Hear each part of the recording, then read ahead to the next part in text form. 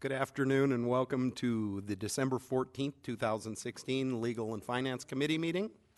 And it's time for roll call and determination of quorum. Here.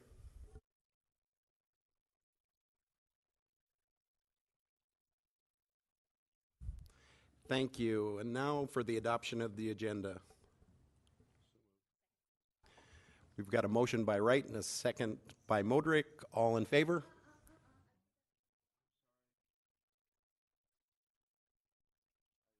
We'll go to the finance director real quick. I'd like to amend my motion.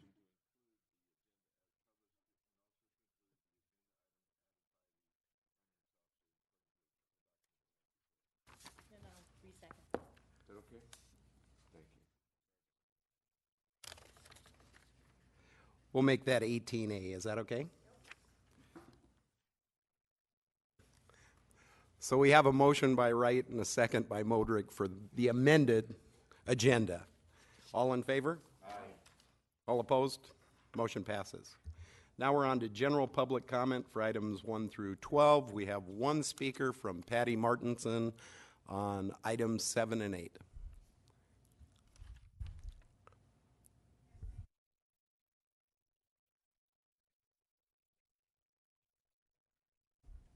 Thank you.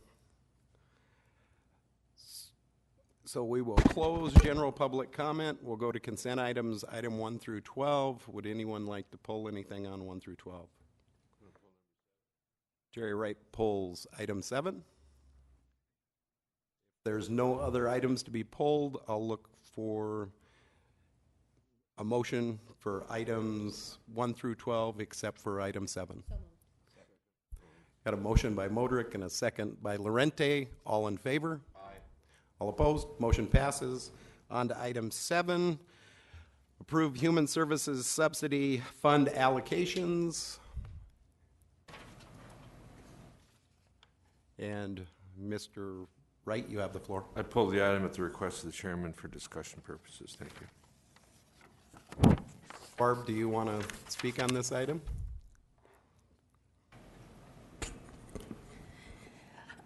We did receive one comment before the close of our comment period. It was under a 30-day comment period, and that was from Patty Martinson. And she was asking that the council give consideration to funding the Front Porch Coalition, which was not included in our funding. Thank you very much. I don't see anybody that wants to speak on this. If the committee would give me just a second. Oh, Jerry Wright, you have the floor. I'll make a motion we send this item to council without recommendation, and we can discuss that then. Second. Thank you. We have a motion on the floor, and I will wait until Monday night to speak on this. So all in favor? Aye. All opposed? Motion passes. Now that's the end of the consent calendar. Now on to non-consent items 13 through 18. I will open public comment. We have one speaker request form from Rita Wagner on item 13.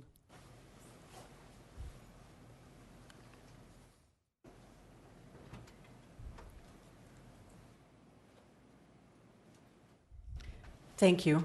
I'm Rita Wagner with the Executive Director for Minaloosahan Senior Citizen Center, and I'm just here to answer any questions you may have. Thank you. And Jerry Wright, you have the floor. Please stay up there. I understand that you're looking for CIP money or money otherwise to pay for this repair, and not from your budget. Is that correct? That's correct, sir. And is your budget in dire straits where you cannot afford it? Do you have no cash reserves or no money to spend, or what's going on? We have very limited cash reserves, and in the event that anything else would go wrong, we would be forced to close.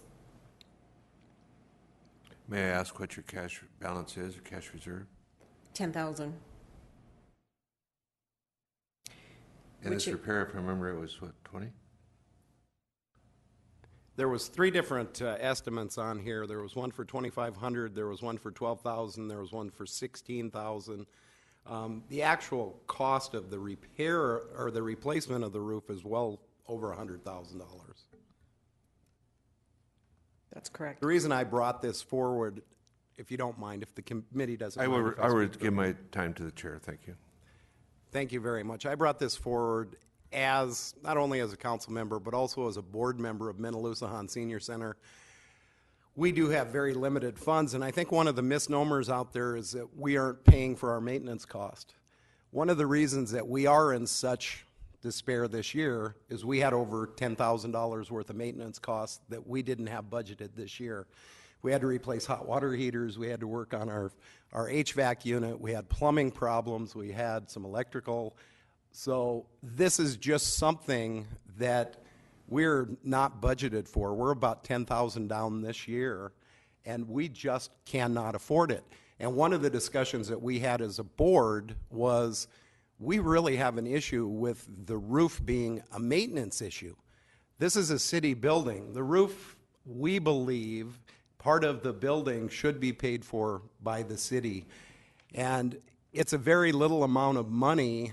And, you know, we know that Canyon Lake Senior Center had to have some roof done on their roof this year.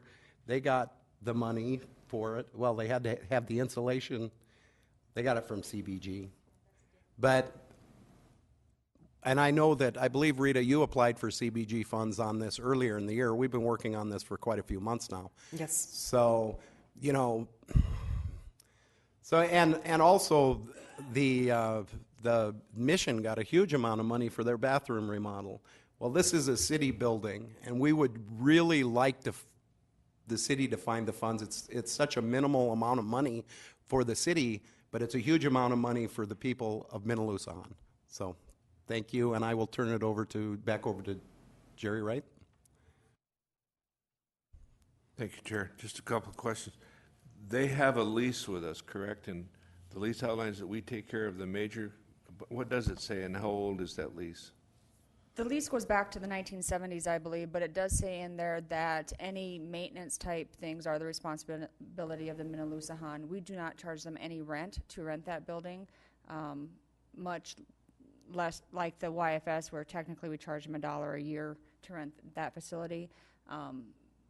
But my understanding, and having the quotes on my desk downstairs, the quotes were like $1,000 or $2,000. Those are repair items. If we're talking a total roof replacement, that would be not a maintenance item, but it would be to the building, and that would be the city's responsibility. But when it's a $1,000 to $2,000 maintenance fix, that, under the contract that we currently have with them, is a maintenance item.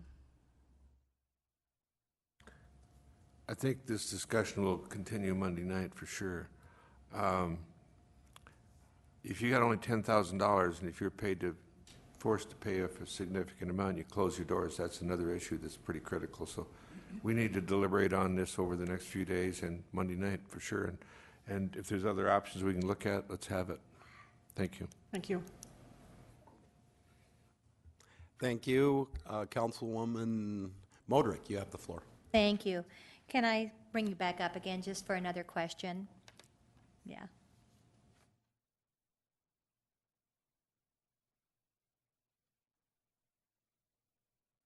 So it sounds like you got hit with quite a few costs. I mean, when it rains, it pours. Exactly. So you had a pouring year, unfortunately, and as I'm looking at this lease that's been retained after all these years, and it mentions that you also carry a liability insurance policy on it. Correct. On the roof and the damages previously, did you have any hail damage or anything that could be turned into the insurance company? I'm sorry, that was before my time. I've only been here a couple of years, but to my knowledge, there weren't any turned in. But, I mean, the current roof repairs, you're just saying they haven't been touched in 40 years, or just minimal maintenance, or is there any claims that you had that you could put on that? To my knowledge, no. There haven't been any claims. No claim. Had you had your roof evaluated for any claims that might have We've been had used? several quotes, but prior to that time, I think the only time anyone was ever up on the roof was when they installed new air conditioning, HVAC units. Any other funding sources that you're able to use, or increase in dues or facilities, or anything that you're going to be able to get your cash flow back up again? We really are not in favor of increasing our dues. Majority of our population is from the North Rapid area, and they struggle to pay for the dues and activity fees. They're minimal.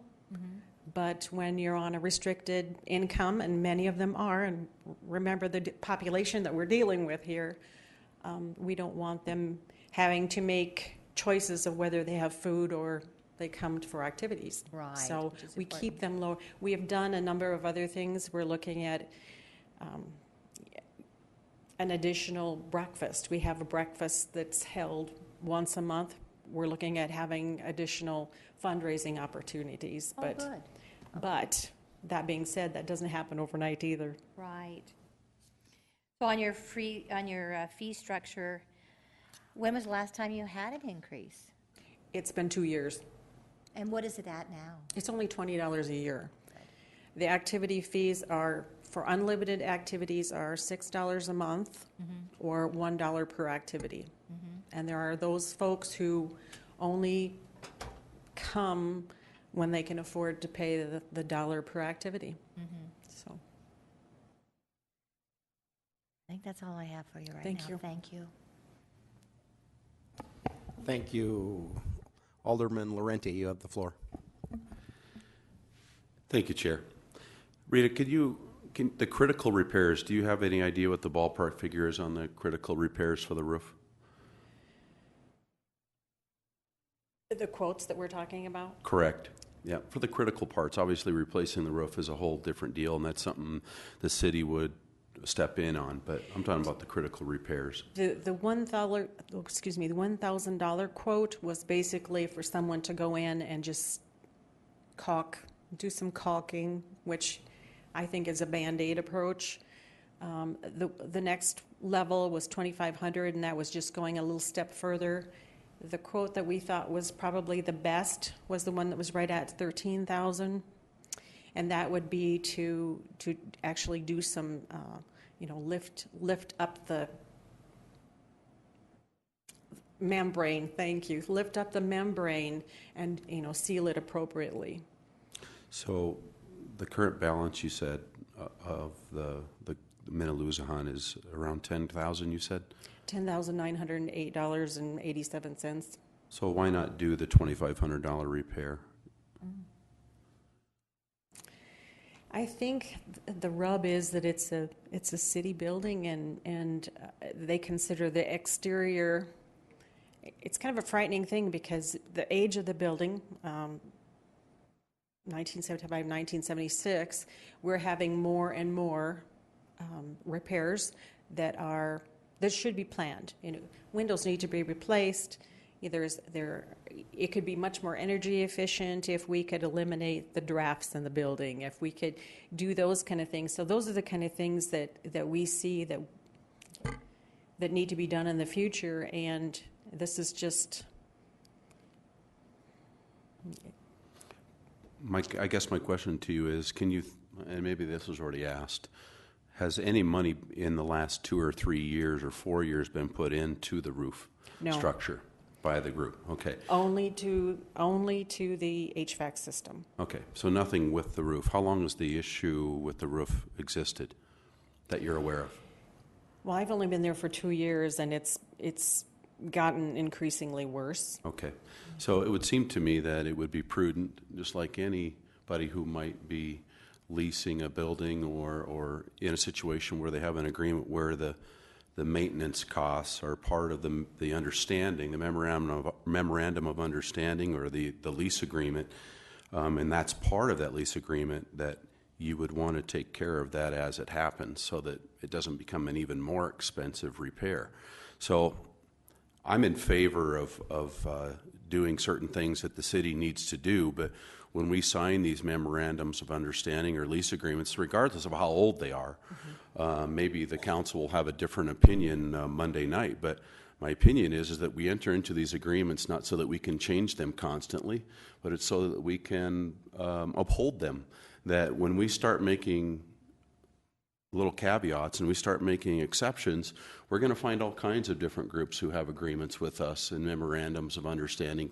As we all know, we've had others come to us. The arts building, when they first got their vision funds, we started helping them with their cleaning. And so we need to be very careful because it's not the city's money, it's the taxpayers' money. So my job is not to spend the city's money because it's the city's money.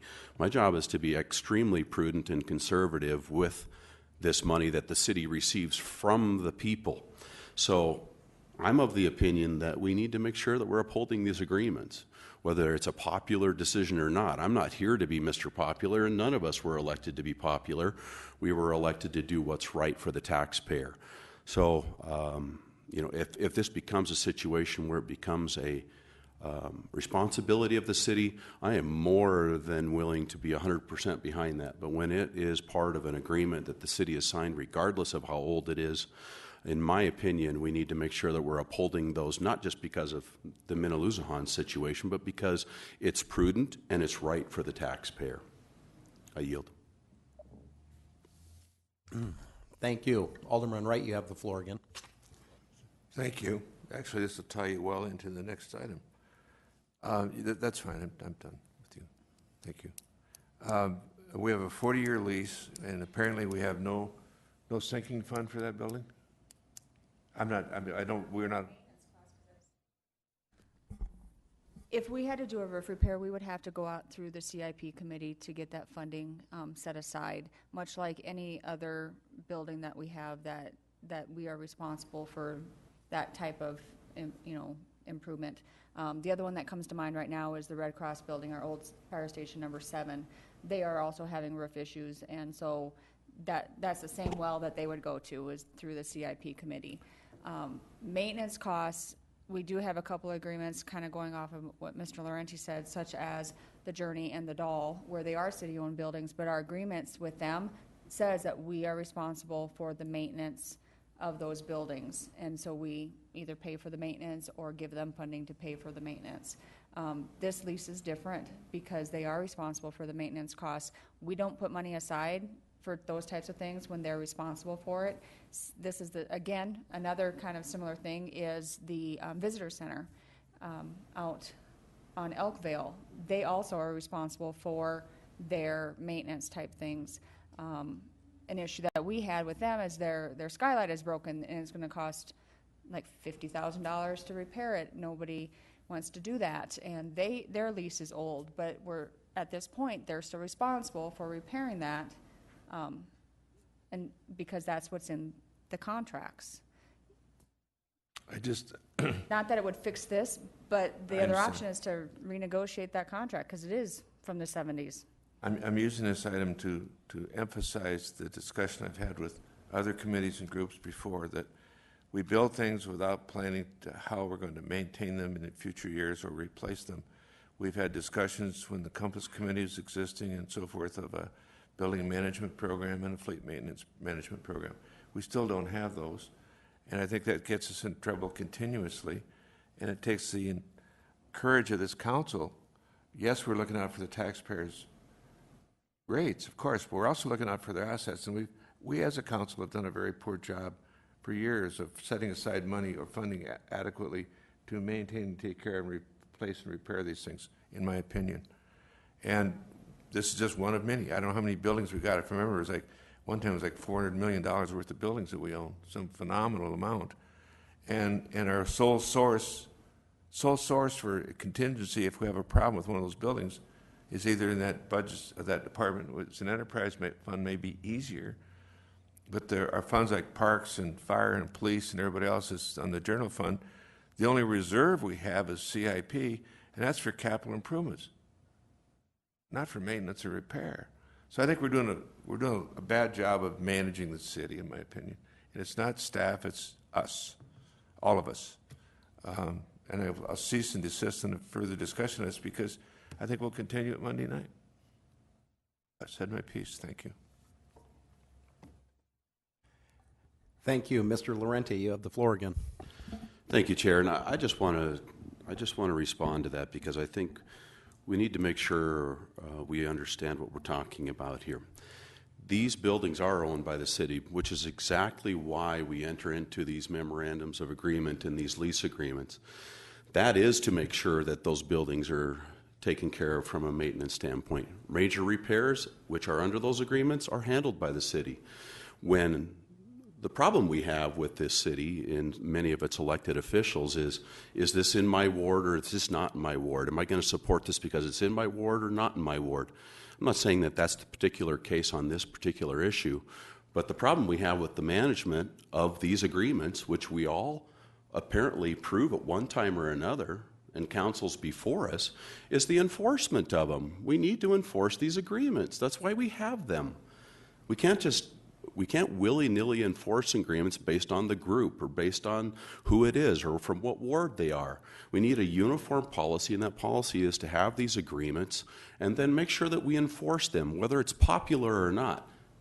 And so I just want to respond to that. And, you know, Jerry, I appreciate your opinion on that, but I think the city does a good job. What we have a problem with is elected officials who don't stand behind the staff and the job that they do to get these agreements, these lease agreements and these memorandums of understanding held up. And we need to do it uniformly across the board. So in that particular way, it's much easier for all elected officials because we know what the answer is going to be. It's going to be, what does your lease agreement say? What does your memorandum of understanding say? And if we enforce that, it makes it very easy for us to manage this particular type of issue, but we just can't say yes for this one, no for that one, maybe, okay, part of it. We just can't do that. It makes it very difficult and it makes us look very bad. And we need to do a better job of managing those assets from the perspective of our consistency on the things that we enter into with these agreements with these different groups. I yield.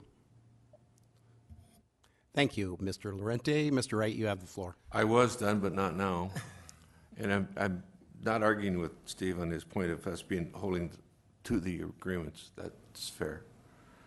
But I think that if we look at the history, this building is 40 years old, and I'm willing to bet that there's been minimal inspections by the owner to determine, or by the management for that matter, or the management and the city, to ascertain and determine what is needed in the near future, 10 years from in 1986, 1996, 2006, 2016. I bet if someone could put a document of paper of that together, I'd love to see it.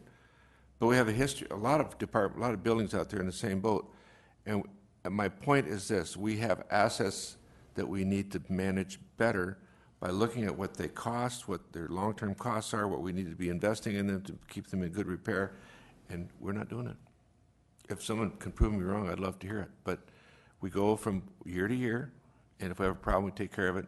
We're usually dipping into money that we need for streets and other things. And I just think we need to look at it. And I have no problem with sticking to the rules. But the other question I have is, if we do this, and it says maintenance, which is not really well defined, if we force them to close down, what do we create? And it's not a good deal either. So discussion needs to occur, and I think we need to get more realistic on what it costs to run this city and how we're going to fund it, period. Thank you. Thank you, Mr. Wright. And if the committee would give me a little bit of latitude just for 1 minute. Got it. For me. Thank you very much. I appreciate that. You know, I think that if everyone on this committee would read the lease and see how undefined it is. I know in my business life, I do quite a few leases, and typically with a lease on a building, the roof is one of the things that's not covered under the lease as a maintenance issue. Usually that's covered under the building itself. And also in the private sector, you know, this is one of the discussions that we've had within Minnelusahan.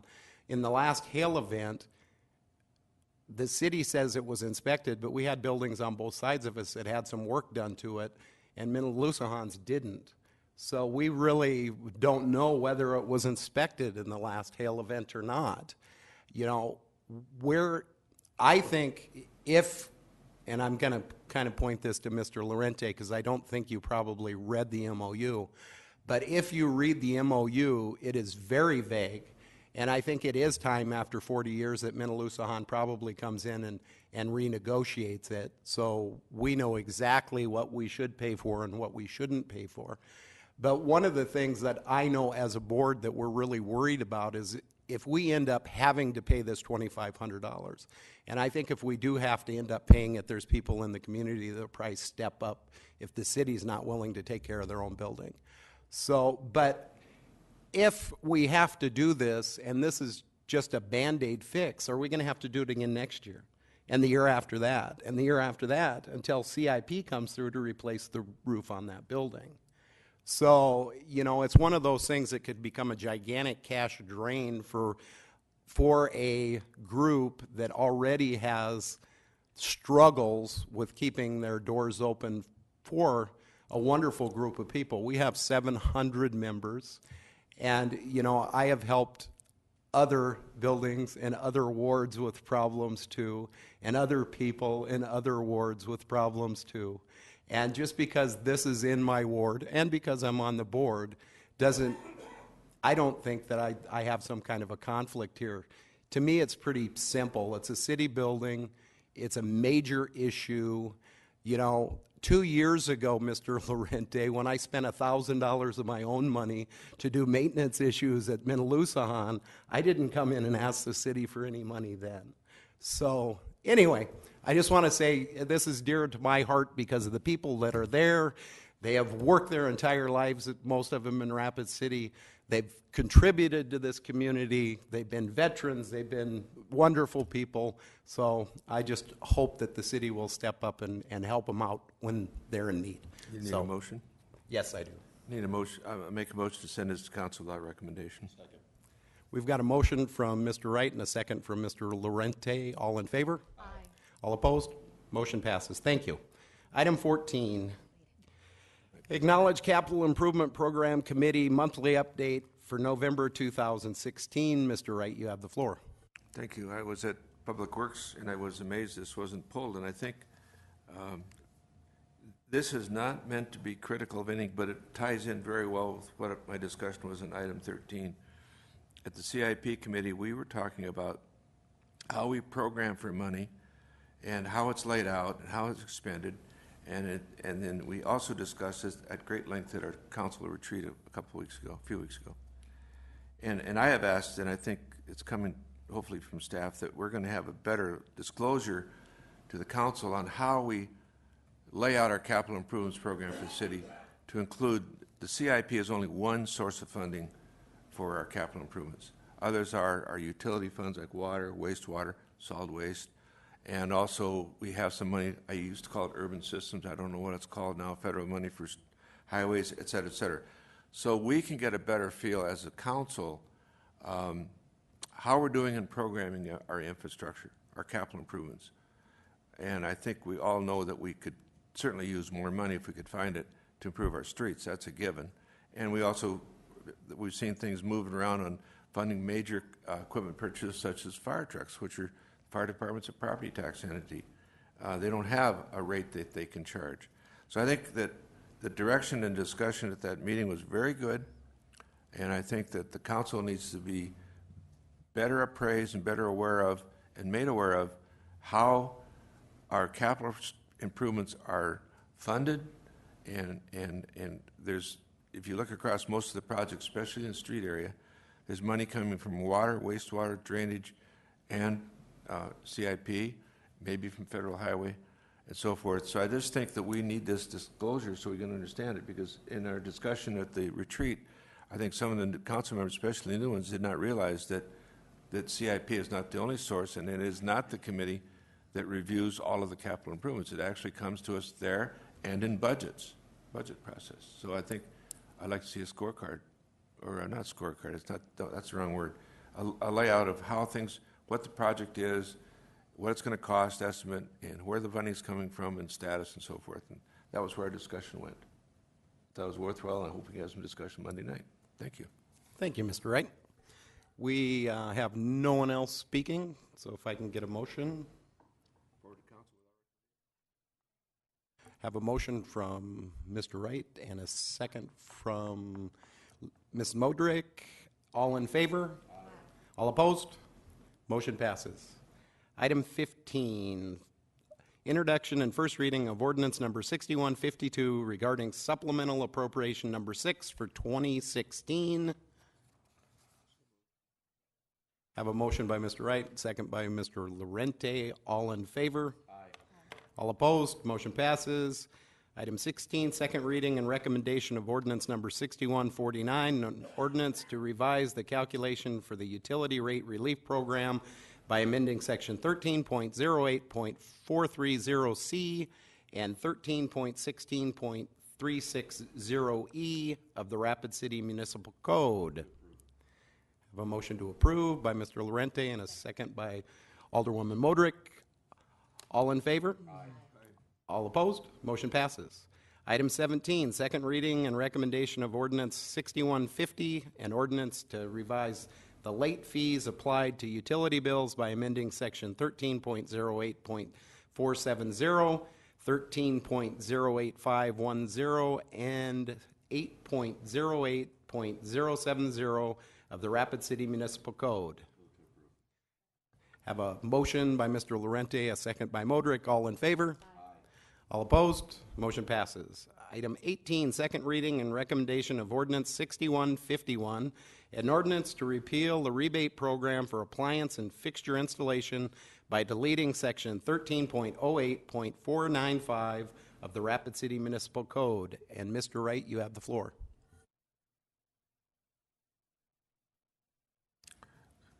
Mr. Tech can verify this, but I believe this is part of the program where the water department was buying low flush toilets and so forth to conserve water. Is that correct? Yeah, they were providing a rebate for the purchase of that. As I understand, it was one-time monies that were spent, and the money has long since gone away, and the number of requests that we have for those rebates is quite low. Well, the question I have is, are we going to discontinue that water conservation program, or do we need more money? Is it something that people don't know about? It's been forgotten about. Is it not something we should emphasize? This came up in a discussion in a class at the Tech where I was at, and talking about water preservation, water conservation.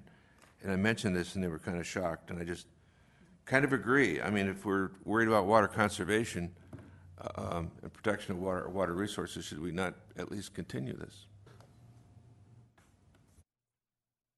We believe it was a successful program, but it's run its course. I don't know that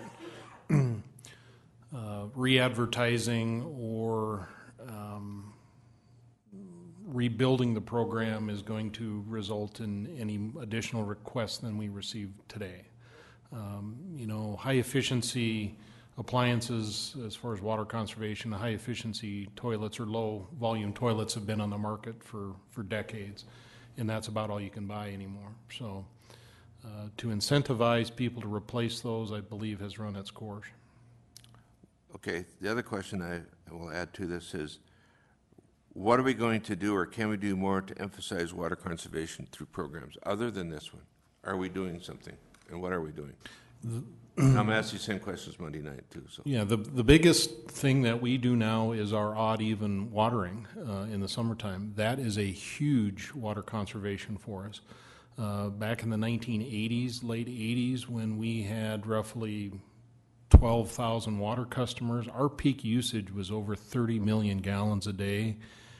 And today, with nearly 20,000 water accounts and with the conservation measures that we put into place, our peak day is in the low 20s. So we have made huge efforts in water conservation with the policies that we have on board. In addition, with our water system master plan effort that's going on, we'll be taking a look at water conservation and the policies that we have in place, and looking at if there are opportunities to include other policies. Okay. One other question I have, and then I'm done, is I know that we could do way more on the use of our mulches and compost from our landfill to conserve water on our public areas, in particular our golf courses, parks, and cemetery. And I'm not convinced we're doing as much as we should. I know we pump out approximately 150 million gallons a year to the golf courses. I believe that's the number that I've read, and I think we need to do more. So I would like to see a drive from our water department for water conservation, emphasizing that product that we produce. And it's available, low cost. And I'll stop there. More discussion Monday night. Thank you. Thank you. Alderwoman Modrick, you have the floor. We have a motion by Modrick and a second by Lorente. All in favor? Aye. All opposed? Motion passes. You opposed? Okay. Okay. Jerry voted no on that one. He did. You're welcome. Do we have a motion to adjourn? Oh, 18A. Yeah, 18A. I forgot about Pauline. We didn't forget you, Pauline. So for the record, 18A is to authorize mayor and finance officer to sign an amendment to the Tyler contract for 9 additional implementation days in the amount of $11,475 to be paid from the water fund. The water division has actually requested these additional training days so that the consultant from Tyler can come in and actually train the staff on various days. Otherwise, it would be too hard on the staff to try to get all of it done in a shortened amount of time while still maintaining the operations of the office. So it was best decided by the executive team to bring forward an amendment. Thank you. We need a motion. Oh, Mr. Wright, you have the floor. Just a quick question. Are we happy with Tyler? So far, so good. We're still working on getting ready for implementing the last couple of phases of what we purchased originally, which would be utility billing and then just general billing revenue side of the house. We're still aiming for, I believe it's January 30th to get that. Is utility billing going to go okay, do you think? Or do we know? You know, that has been a very complicated process, and quite honestly, we're hoping, we being Connie and I, are hoping that through the rate study that we're getting ready to start, that we can clean up some of those special agreements that we have, because we have way more exceptions than we should. Okay, thank you. Thank you. Mr. Lorente, you have the floor. Thank you, Chair, and I have a question for the Finance Director, if I may, please. You may. Pauline, this 18A, is this an exception to the other departments? Yes, because this is specifically for what the utility billing office at the water department will be using for the billing software and getting acquainted with that. So were they, I'm talking about the other departments that use Tyler for their billing as well, so why there isn't an exception here for, and I just wondered why we're doing extended training for one department. Because the general billing that will be going on through Tyler will come through the finance office. We have some testing sites set up in our conference room for people to go back and practice on it. We are able to schedule the time and alternate people that are able to be gone at the same time to make sure that they will be comfortable with it once we go live. And so we're able to maintain that within the already allotted time that we were given. What was the additional cost again? $11,475. Did they budget for that? That is unbudgeted, but they do have money to do so. So there will not be a supplemental for this? Usually there isn't in the water department, but so I don't believe so. Okay, thank you. Thank you, Mr. Lorente. Mr. Wright, you have the floor. Just to help a little bit on that, I know that they put the utility billing software original one, or the update about 10 years ago. And it's extremely complex when you look at just the solid waste, where you got like 30 or 40 categories and different rates and split to the MRF and landfill and collection. Then you get into water, where you've got different rates and 20,000 accounts, and you've got commercial rates, irrigation rates, and you've got the wastewater, which has different rates. So it's way more complicated than just filling out a bill that's your bill is $250,000 or whatever. So I think it's probably well worth it. Thank you. Thank you. We need a motion. Motion to approve. Second. Motion by Lorente, second by Wright. All in favor? Aye. All opposed? Motion passes. To adjourn.